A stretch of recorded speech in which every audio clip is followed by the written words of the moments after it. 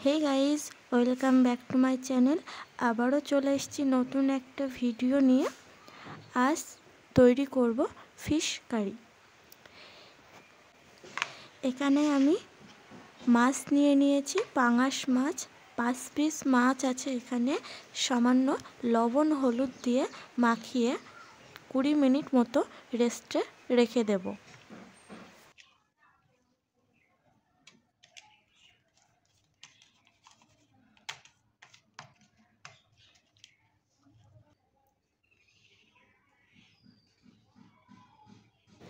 तारपर माछेर भितरे दिए देब आलू। एखाने आमी 3 पिस आलू नियेछि, केटे निচ্ছি आलूगुलो। तोमराओ এইভাবে কাটার চেষ্টা করবে।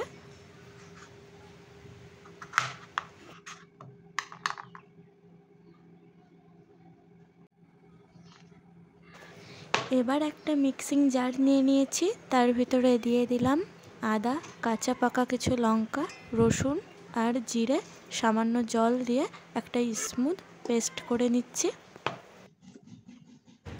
এবার কড়াইতে দিয়ে দিয়েছি তেল, তারপরে রেস্টে রাখা মাছগুলো এবার ভেজে নেব।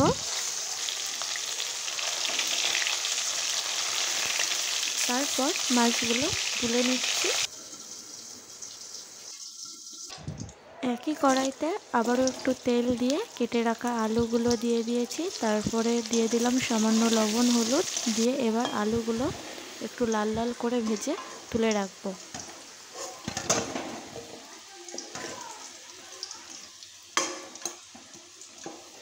তারপর কড়াইতে দিয়ে দিলাম সামান্য পরিমাণে জিরে, পেঁয়াজ একটু সামান্য নাড়িয়ে চাড়িয়ে ভেজে নিচ্ছি।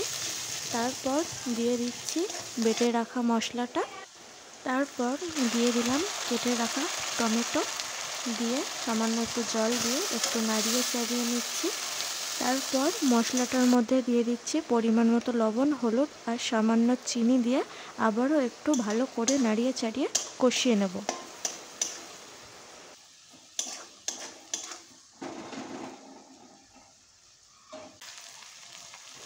মশলাটার থেকে তেল ছাড়তে শুরু করলে দিয়ে দিচ্ছি ভেজে রাখা আলুগুলো দেওয়ার পর মশলাটার সাথে 2 মিনিট মতো কষিয়ে নিয়ে দিয়ে দিচ্ছি পরিমাণ মতো জল।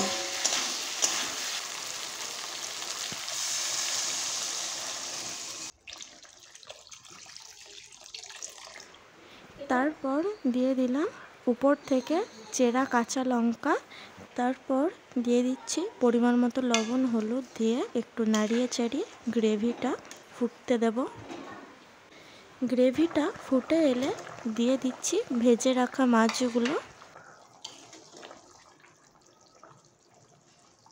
মাছগুলো দেওয়ার পর গ্রেভিটার সাথে একটু ফুটিয়ে নিচ্ছি। তারপর গ্যাসের ফ্লেমটা অফ করে উপর থেকে দিয়ে দিলাম গরম মশলা গুঁড়ো দিয়ে 5 মিনিট মতো ঢাকা দিয়ে রেখে দেব।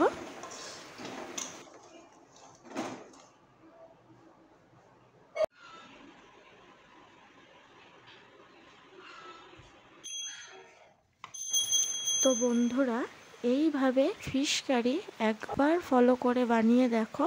আশা করি এই রেসিপিটা তোমাদের ভালো লাগবে। আর আমার চ্যানেল ফলো করতে কিন্তু একদমই ভুলো না।